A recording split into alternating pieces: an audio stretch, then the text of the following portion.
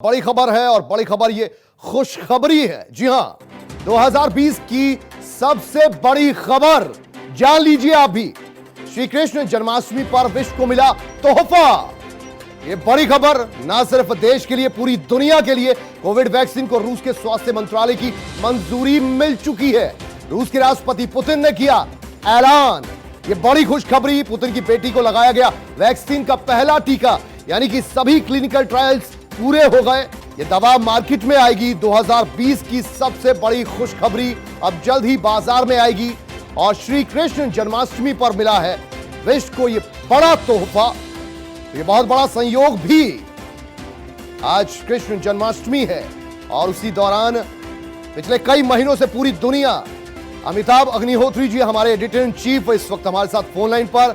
अमिताभ जी, बहुत बड़ी ये खुशखबरी और संयोग ऐसा कि आज भगवान श्री कृष्ण जन्माष्टमी भी है। जी हाँ, बिल्कुल। देखिए, बहुत बड़ी खबर है और मुझे लगता है ये विश्व के केवल 2020 के नहीं, ये विश्व के अब तक के इतिहास में सबसे बड़ी खबरों के रूप में दर्ज होगी अतीत में।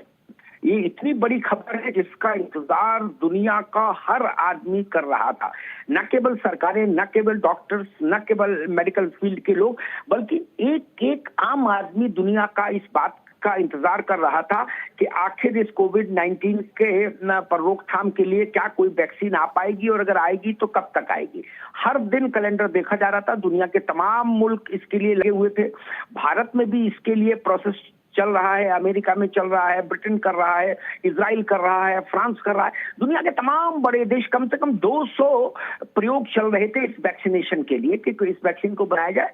आज रूस के राष्ट्रपति व्लादिमीर पुतिन ने जब ये ऑफिशियली अनाउंसमेंट किया कि उनकी सरकार के स्वास्थ्य मंत्रालय ने कोरोना की जो वैक्सीन है उसको मंजूरी दे दी है, तो दुनिया के लिए एक बहुत बड़ी खुशी का अवसर था, बहुत बड़ी प्रसन्नता का अवसर था। और पुतिन ने खुद बताया इस बात को कि इस वैक्सीन की पहली डोज उनकी बेटी को दी गई है। लेकिन हाँ, अभी इस वैक्सीन को दुनिया के आम लोगों तक पहुंचने में थोड़ा सा इंतजार करना होगा हम लोगों को। जनवरी से बड़े पैमाने पर ये आम लोगों के लिए उपलब्ध होगी और रूस ने कहा है कि हम इसका इतने बड़े पैमाने पर उत्पादन करेंगे कि न केवल अपने देश बल्कि दुनिया के तमाम मुल्कों तक इसको भेज पाए। और मुझे लगता है कि जनवरी से अगर रूस टारगेट कर रहा है कि हम आम लोगों तक वैक्सीन पहुंचा देंगे, तो उससे पहले हो सकता है और भी कई देशों के, जैसे ऑक्सफोर्ड यूनिवर्सिटी का एक वैक्सीनेशन का जो कार्यक्रम है वो बहुत एडवांस स्टेज पर है। कम से कम जो 200 प्रयोग हो रहे हैं उसमें कम से कम 10 प्रयोग ऐसे हैं जो बहुत एडवांस स्टेज में है, नेक इन नेक फाइट में है। तो मुझे लगता है जनवरी तक वो प्रयोग भी सफल दिखाई देंगे जमीन पर और उनका उत्पादन भी हो जाएगा। तब मल्टी वैक्सीन उपलब्ध होगी दुनिया को।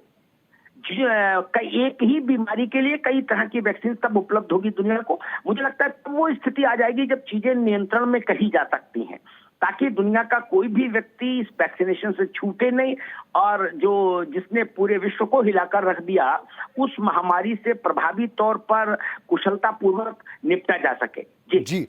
और अमिताभ जी, ये समझना चाहेंगे आपसे, जैसा आपने कहा कि तमाम औपचारिकताएं पूरी हो गई हैं, लेकिन फिर भी आपको ऐसा लगता है कि जनवरी से पहले ये मार्केट में दवा नहीं आ सकती। और भी कंपनियां, खासतौर पर भारत की भी कई कंपनियां हैं जो अपने फाइनल स्टेज पर हैं या क्लिनिकल ट्रायल्स में काफी आगे बढ़ चुकी हैं। तो जनवरी तक आने में अभी वक्त लगेगा, उससे पहले एहतियात बरतनी चाहिए, भले ही ये कितनी बड़ी खुशखबरी है। नहीं, देखिए, जनवरी तक मुझे नहीं लग रहा। ये राष्ट्रपति ने खुद कहा है, पुतिन ने, कि जनवरी से ये आम आदमी के लिए उपलब्ध होगी, क्योंकि आप वैक्सीन कुछ हजार डोज नहीं बनानी ना। अगर इसको पब्लिक के लिए खोलना है, इस वैक्सीन को जारी करना है, तो इसकी कम से कम 5 करोड़ 10 करोड़ डोज जरूर उसको बनानी होंगी, तब जाके आप पब्लिक के लिए खोल पाएंगे। तो वो प्रक्रिया समय लेगी और स्वाभाविक है जो आपने कहा कि जब तक आपकी बाह में वैक्सीन नहीं लग जाए, ये टीका नहीं लग जाए, तब तक आपको तो एहतियात बरतना ही है।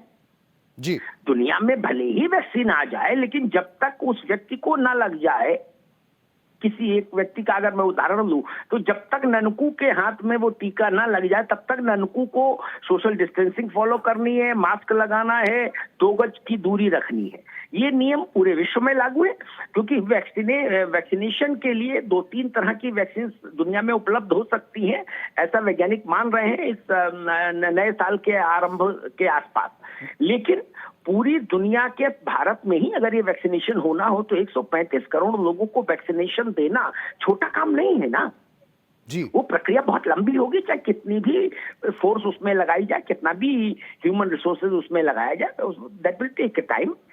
इसलिए जब तक वैक्सीन नहीं लग जाए, हम सबसे यही कहेंगे दुनिया भर के लोगों से, तब तक आप कोरोना से डरिए, सोशल डिस्टेंसिंग फॉलो करिए, कोरोना का जो प्रोटोकॉल है उसको फॉलो करिए और कोशिश करिए भीड़ से बचें, मास्क लगाएं, और अगर आपको कोरोना के कोई लक्षण दिखाई देते हैं तो अपनी जांच कराएं। ये प्रक्रिया तब तक जारी रखनी होगी जब तक दुनिया में सबको वैक्सीन नहीं लग जाती। ठीक, अमिताभ जी, ये भी आपसे जानना चाहेंगे, चाहे ये वैक्सीन इंडिया में बने या विदेशों में बने, लेकिन भारत का एक महत्वपूर्ण रोल होने वाला है, क्योंकि सबसे ज्यादा जो मास वैक्सीनेशन प्रोड्यूस करता है उसमें से एक बड़ा देश है भारत।